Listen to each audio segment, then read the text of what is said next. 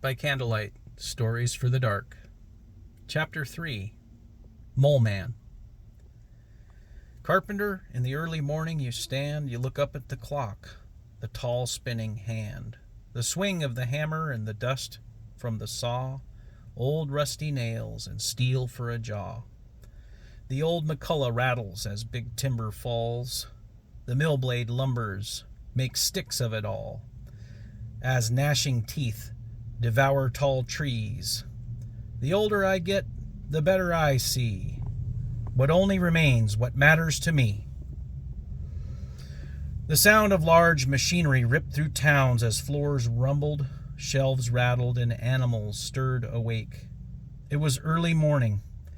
Once this was an empty field. Years before, the prairie unfolded rich with camas and ferns between bell-shaped cedar tree trunks, hemlock and Douglas fir.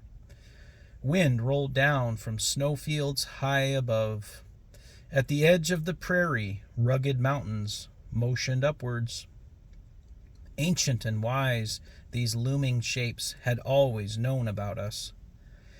Meanwhile, down in the clearing, trucks offloaded gravel along the foundation site.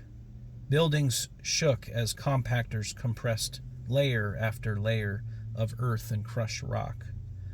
Hammers racketed a series of knocks throughout the frame.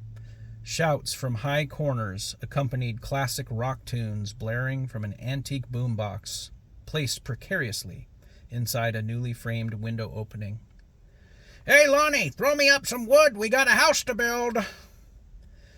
Between shouts and muffled laughter, Lonnie brought a full sheet of plywood up the ladder and handed it off.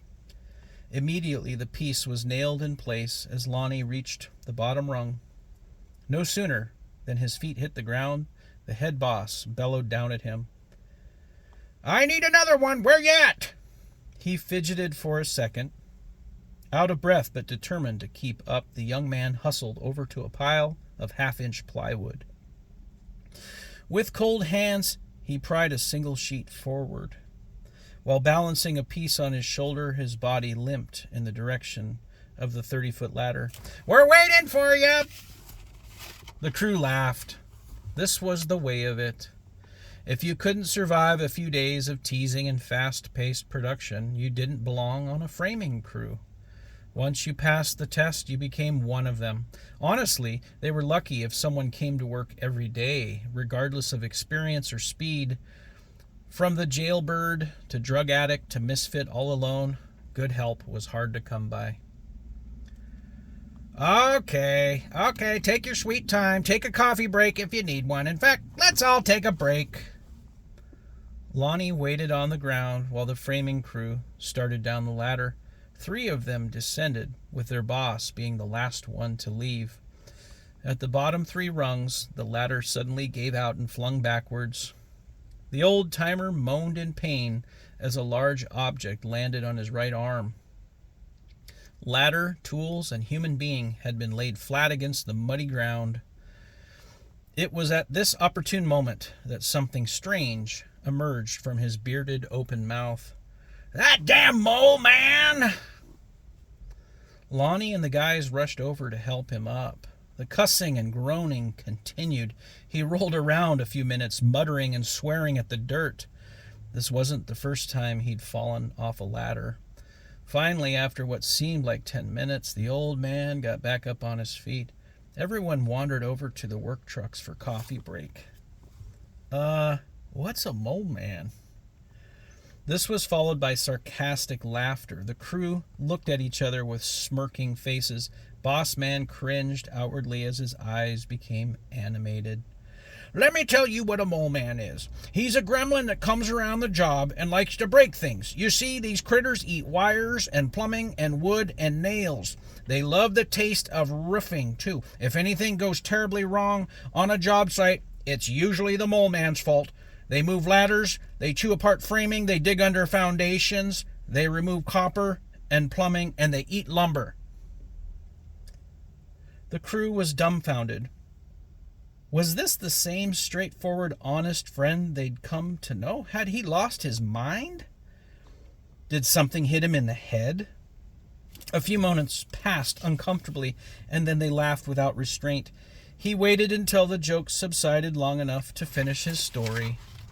I'm serious, and sometimes at night you will see these creatures banging around the frame of a house, and they get bigger as they eat, you know. They don't care about us. They just keep eating. The young framers shook their heads in disbelief. Some of them stopped joking and went silent. Others kept on and poked at each other. This would be a day to remember. For at least a month he'd be the butt of several jokes. He didn't mind, as he'd heard them all. There was nothing to worry about. He could fire any of them on the spot. Well then, back to work. They finished out the day in record time, and not another minute wasted. The next morning, a few workers arrived and found something laying on the concrete steps. It looked like a bloody footprint or piece of skin or wounded wildlife that had scrambled hurriedly across the walkway. Upon inspection, they found the bundle of copper piping was gone, along with rolls of service wire that the electrician had planned to install later that same day. Some of the corners had rough cuts and scratches, as if a bear had clawed them. What did I tell ya? Came a sudden burst from around the corner. Boss Man was standing there looking at the damage. Shaking his head and wiping his hands over the front of his face, he began muttering something to himself while walking back to the truck. The other two workers stood there bewildered. This didn't come across as the work of a supernatural creature. Surely these were desperate, drug-addicted, homeless transients stealing anything of value. Small towns and new developments were easy targets. Few security cameras and little light could explain the swift removal of stolen property and overall damage to the job site. By now, a van was driving towards a warehouse in South Seattle somewhere. The stolen materials would have been stacked and accounted for. Cash payments would be handed out to barely human beings on the edge of existence. Just another day in liberal King County, said the head framer. The rest of them nodded. The crew that began to assemble growled at the thought of rebuilding. Now, what to do and where to start the recovery effort? More materials would be delivered later that day, and the structural damage was minimal. Within a few beats of the drum, the frame was reassembled. Shortly after lunch, the replacement materials arrived and everything was humming along. No one had another thing to say. Next morning went smoothly without interruption. There were no signs of gremlins or thieves or the mole men. The job was getting to the halfway point. The crew seemed happy. Local politicians came around to take pictures alongside reporters and press. This was to be affordable housing to satisfy a growing local need. When people in other parts of the United States think of lower income rent, they think $700 to $1,200 a month. In some cases, $1,500 is considered reasonable. With a starting price of $3,500 for a single-bedroom townhome, this was unaffordable to most everyone except a certain demographic.